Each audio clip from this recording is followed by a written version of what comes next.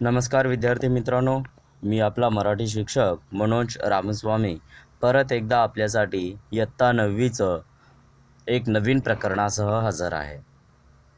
प्रकरणाचं नाव आहे बेटा मी ऐकतो आहे. लेखक आहेत व.पु. काळे. तर चला आपण आपल्या लेखक परिचयापासून पाठाची सुरुवात करूया. लेखक परिचय.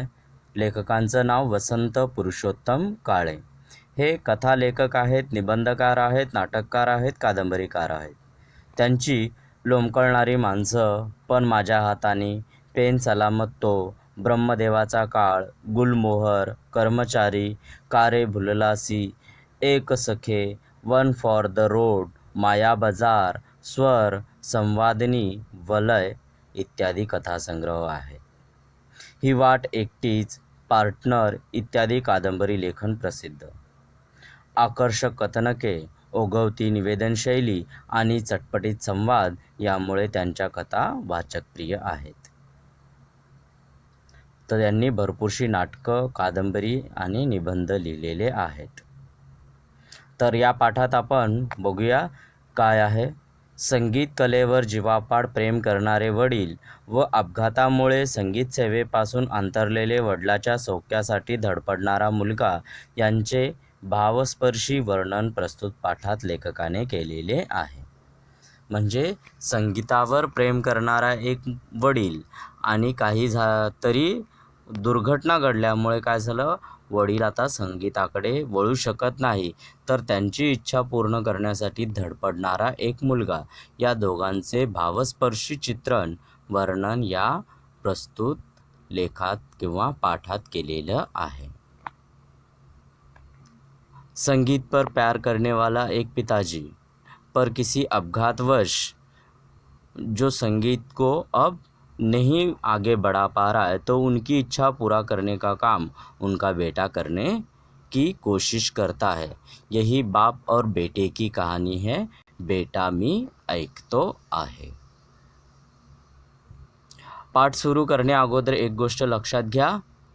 या पाठाचे लेखक व.पु. काळे आहेत, पण व.पु. काळे यांनी ही कथा निवेदक पी. जनार्दन यांच्या तोंडून दिलेली आहे.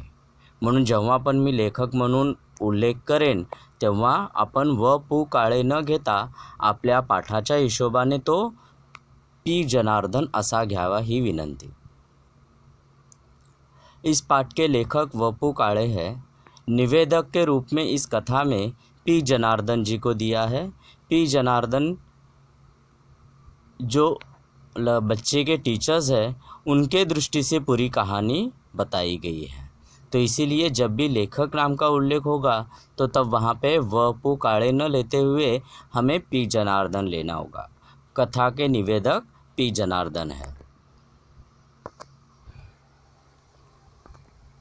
तिसरी घंटा घणघणली व बाहेरचा संमिश्र कोलाहल बंद पडला. उगाच इकडे तिकडे वळणाऱ्या माना स्टेजच्या दिशेने स्थिर झाल्या. लोकांचे लक्ष आता आपल्याकडे आहे याची खात्री वाटताच मी गंभीर आवाजात बोलायला सुरुवात केली. तिसरी घंटा वाजली म्हणजे आता ही कार्यक्रमाची सुरुवात होणार होती. त्यामुळे त्याच्या अगोदर जो संमिश्र कोलाहल होता, कोलाहल म्हणजे गोंधळ, आणि मग तो आता बंद झालेला होता. कारण आता काय होणार होतं, कार्यक्रमाची सुरुवात होणार होती. हे सगळ्या प्रेक्षकांना माहीत पडलं. त्यामुळे जो गोंधळ होता तो आता बंद झालेला होता आणि सगळ्यांचं लक्ष आता स्टेजवर यायला सुरुवात झाली. जेव्हा एकदा हे लक्षात आलं तर तेव्हा त्यांनी काय केलं, आता पुढे बोलायला सुरुवात केलेली आहे लेखकाने. लेखक म्हणजे कोण? व.पु. काळे लेखक आहेत, पण निवेदक कोण आहेत? पी. जनार्दन. तर त्यांच्या हिशोबानेच आपण बोलणार आहोत. ठीक है. तो जब तीसरी घंटी बजी तो क्या हुआ, स्टेज पर या फिर जो हॉल था उसके अंदर जो लोग थे उन सब का जो गड़बड़ शोर था, कोलाहल था, वो अब बंद हो गया था, क्योंकि अब स्टेज पे मेन प्रोग्राम शुरू होने वाली थी. सब लोगों की आवाज़ बंद हो गई. ये देखकर अब मैं बोलना शुरू कर रहा था. मैं मतलब पी. जनार्दन. यहाँ पे लेखक व.पु. काळे है, फिर भी हम क्या करेंगे, पी जनार्दन निवेदक है तो उन्हीं के हिसाब से मी मतलब पी जनार्दन होंगे यहाँ पे। सभ्य स्त्री पुरुष हो, माझ्या वादन विद्यालयाचा हा पहिलाच जाहीर कार्यक्रम आहे. आपल्या चरणी ही कला सादर करताना मला अतिशय आनंद वाटत आहे. आपण शांतपणे सर्व कार्यक्रमाचा आस्वाद घ्यावा अशी आपल्याला विनम्र विनंती करून मी या कार्यक्रमाला सुरुवात करतो.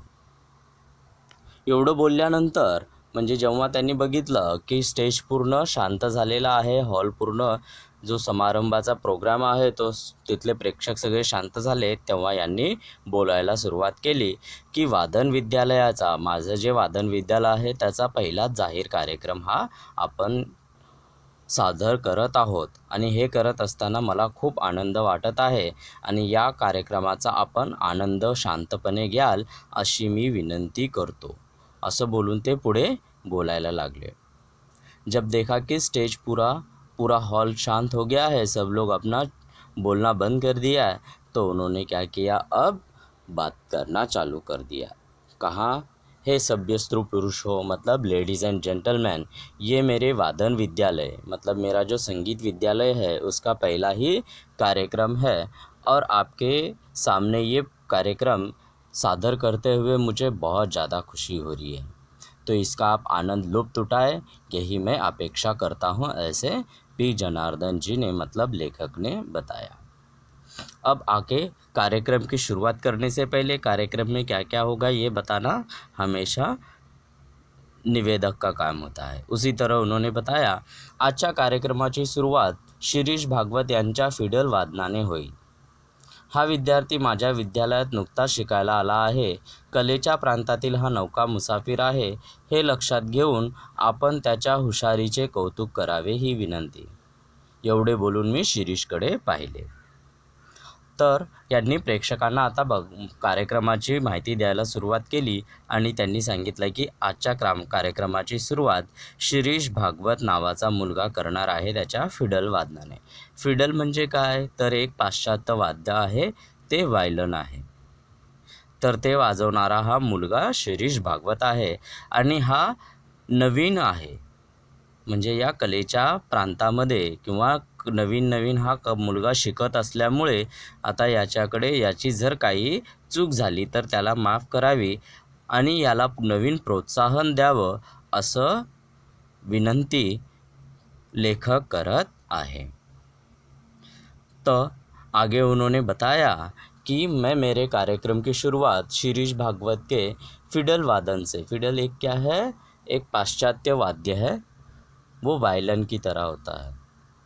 तो ये लड़का जो है मेरे विद्यालय में अभी फ़िलहाल ही आया था, पर ये बहुत ही अच्छी तरीके से बजाता है और इसको आप प्रोत्साहित करो, इतना बताकर उन्होंने अब शिरीष की ओर देखा.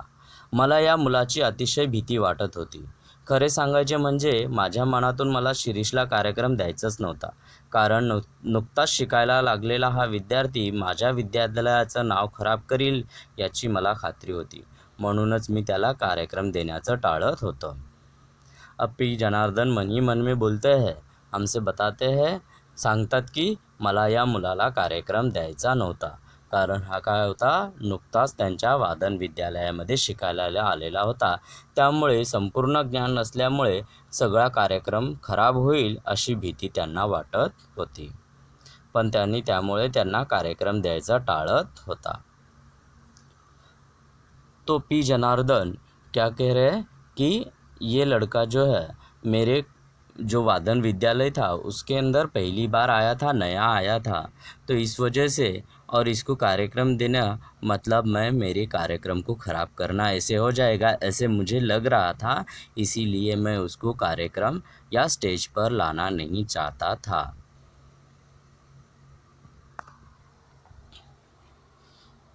मी शिरीषकडे पाहिलं, त्याच्या चेहऱ्यावर धीटपणा व आत्मविश्वास पुरेपूर प्रतिबिंबित झाला होता, पण त्याचे अवसान फार वेळ राहणार नाही हे मी ओळखून होतो. अब पी जनार्दन जेव्हा यांच्याकडे पाहतात, मुलाकडे पाहतात, तर तो काय झालेला, धीट आणि आत्मविश्वासाने भरलेला दिसत होता, पण हे काही जास्त वेळ राहणार नाही, कारण एकदा प्रेक्षकांसमोर आला तर काय होईल, त्या सगळ्या प्रेक्षकांना बघून हा मुलगा घाबरून जाईल. पहिल्यांदाच एखाद्या स्टेजवर करत असताना सगळ्यांचीच तारंबळ उडते, त्याप्रमाणे याचीही तारंबळ उडेल असं त्यांनी ओळखलेलं होतं. जब मैंने मतलब जनार्दन जी ने किसकी तरफ, शिरीष की तरफ देखा तो उसके अंदर बहुत ज़्यादा कॉन्फिडेंस था।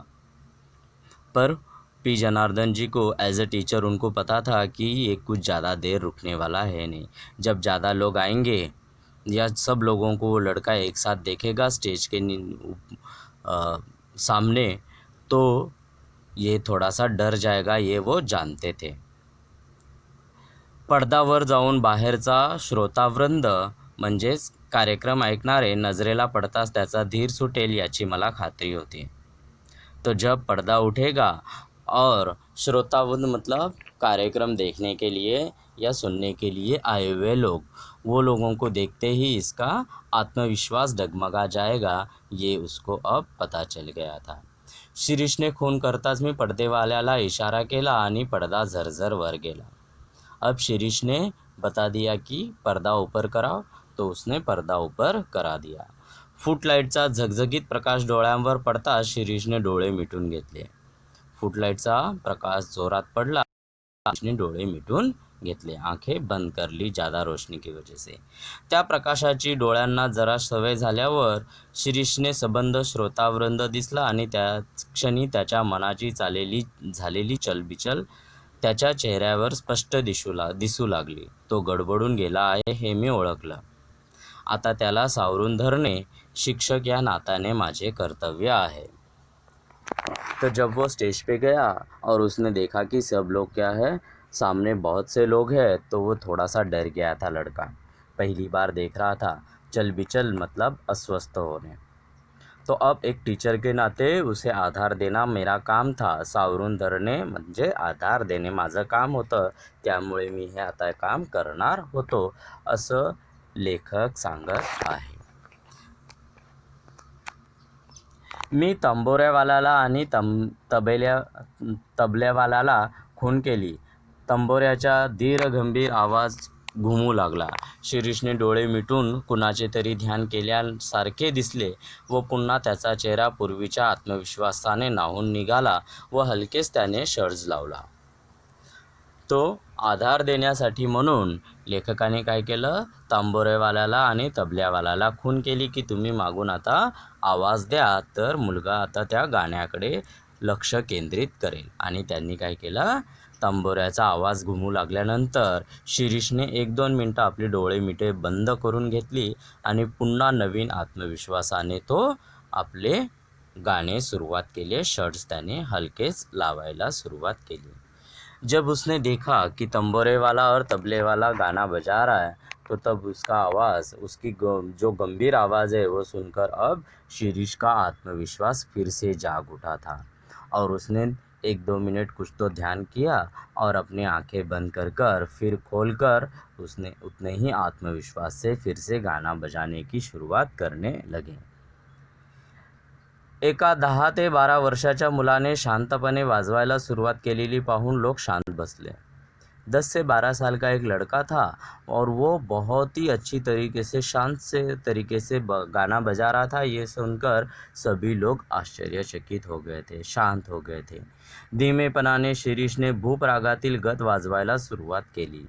शिरीषने काय केलं, भूप रागातील एक गत म्हणजे एक सूर वाजवायला सुरुवात केली। शिरीष ने अब क्या किया, गाना बजाने की शुरुआत की। भूप राग में की एक गाना उन्होंने बजाना शुरू किया। तेच सूर, मात्रेचाही फरक नाही, तो शांतपणे वाजवू लागला आणि आजपर्यंत बसला नाही एवढा धक्का मला बसला। अब जब उसको ट्रेनिंग दिया था तो तब उसने जो सुर बजाया था उसके अंदर एक मात्रा का भी फर्क न करते हुए वो अब गाना बजा रहा था। और ये देखकर लेखक को मतलब पी जनार्दन जी को बिल्कुल उनके कान पर भी विश्वास नहीं हो रहा था कि कोई लड़का इतनी 10 से 12 साल का लड़का इतनी अच्छी तरीके से कैसे बजा सकता है। ऐसे सोचकर उनका मन व्यतीत हो रहा था। आजपर्यंत बसला नाही एवढा धक्का मला बसला होता, कानांवर विश्वास बसेना। नजरेवर बसेना. पंचेंद्रियांनी दगा तर दिला नाही ना अशी शंका मनाला चाटून गेली.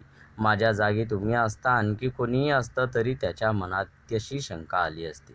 जब अब उसके किसी के ऊपर विश्वास ही नहीं हो रहा, उसे लग ही नहीं रहा था कि मैं सच में ये सब कर सकता हूँ. इतना अच्छा बजा सकता है कोई लड़का, 11 से 12 साल का लड़का इतने अच्छे से बजा सकता है. ये लेखक के कानों पे विश्वास ही नहीं हो रहा था. जो आंखों से देख रहा था उसके ऊपर भी उसका विश्वास नहीं हो रहा था. प्रश्नोत्तरे दिलेली आहेत, ती पूर्ण करावी ही अपेक्षा.